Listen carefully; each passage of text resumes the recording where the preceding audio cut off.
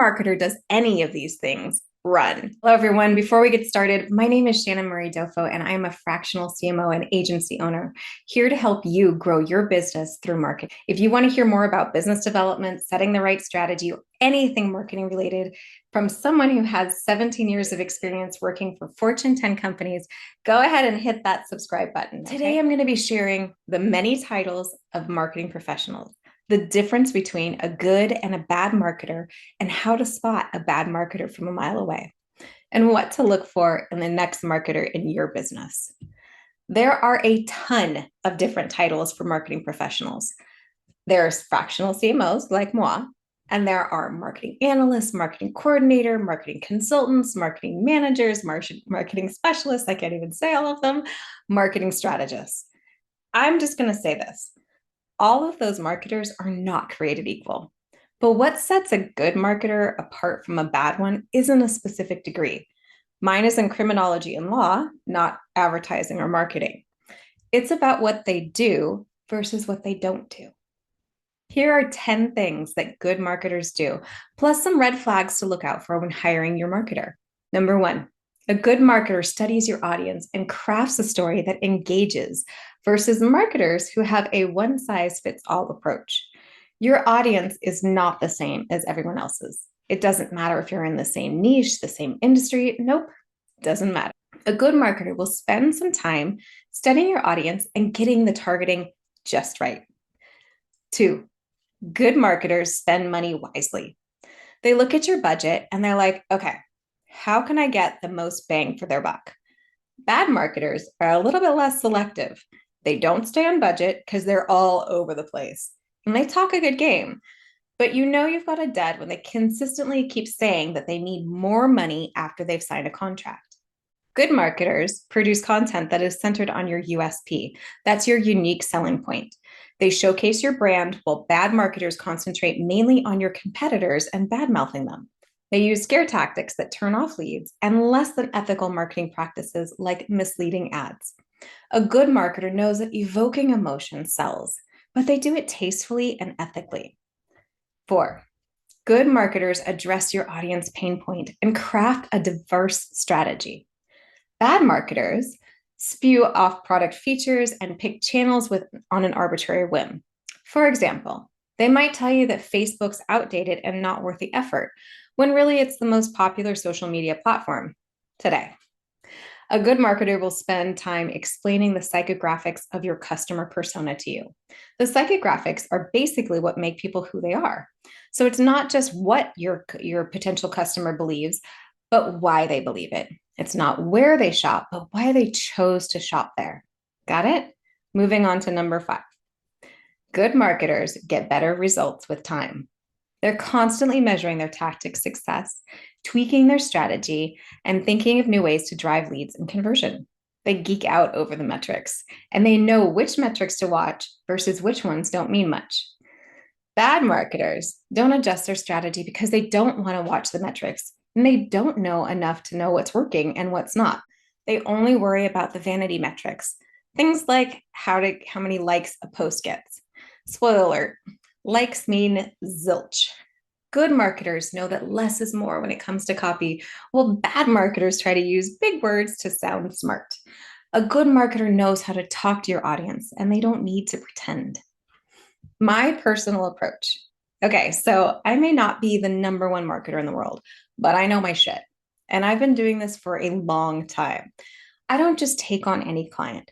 And that's not because I have an overinflated sense of importance. It's because if I know that I can't help you, I won't take your money.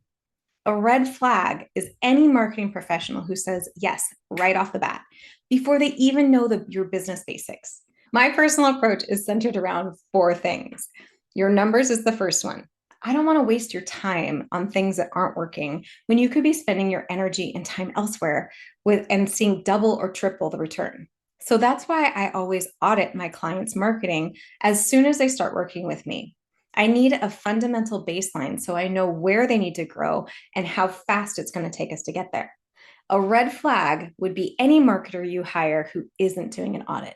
If it's not part of their process and you don't even hear about it or see it on their site, then don't give them a dime.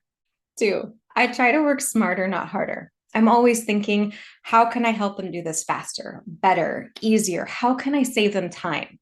My job is to make my clients' lives easier, not harder. But if your marketer is making your job harder, you need to ditch them. 3, I focus on real problems.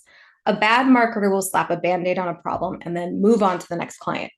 Sometimes, sure, taking a shortcut can be the smartest thing to do, like repurposing the same content for multiple platforms, if you know how.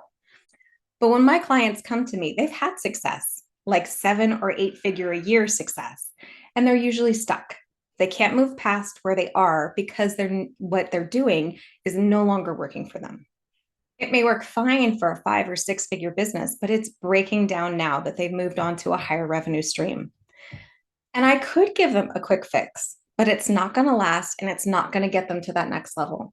So I take my time and address the real issue, not the symptoms, plugging in the right resources and shuffling things around so that they're set to scale. If a marketer promises something like 1,000 followers or in a week or some other pie in the sky shit, yeah, run. Because no good marketer will ever make a promise like that. Now, they should be upfront with you about what they've achieved with their other clients, sure. 4, your goals. With my clients, once an audit is done, I sit down with you to establish the goals. Then I set up some KPIs. These are key performance indicators. By tracking these KPIs, I know whether or not what we're doing is working, and I'll be able to pivot just in case we need to. Because the last thing I want to do is waste anyone's time or money, and most importantly, the trust by doing something that's not paying off. And here's another big red flag to watch out for. If your marketer talks all day long about comments and likes and shares, but rarely CPL, that's cost per lead, churn rate, CLV, which is customer lifetime value, or your average gross profit, you know what to do. Look, I'm human, and I'm assuming you are too, unless you're a bot. Good marketers make mistakes, but they own up to them and they make them right versus what bad marketers try to shift the blame to someone else. Consider it a huge red flag if you don't read at least 5 gushing testimonials for a marketer. Anything less, and they probably don't have enough experience, or they don't deliver, or worse, they're hard to work with. A good marketer knows that they don't know it all. A bad marketer will never tell you, I don't know, but I will go find out. A bad marketer will work with anyone because they only care about the money. And hey, I like money too, but not at the expense of my integrity. A bad marketer will make you rue the day you hired them, whereas a good marketer is worth every penny. And a good marketer slots seamlessly into your existing team and consistently adds value to your brand. I am far from perfect, and I may not be the #1 or 500th top marketer in the world, but I know my stuff. And I wake up every day brainstorming ways to help my clients make more money and get more leads and make a bigger impact. You don't have to hire me. Hell, we may not be a good fit, and that's cool. But I hope I've given you enough guidance to know what to look for and not look for in a marketer and how to steer clear of the bullshitters. If you like this video, go ahead and hit the subscribe button and you'll get notified when I drop the next one. I hope this serves.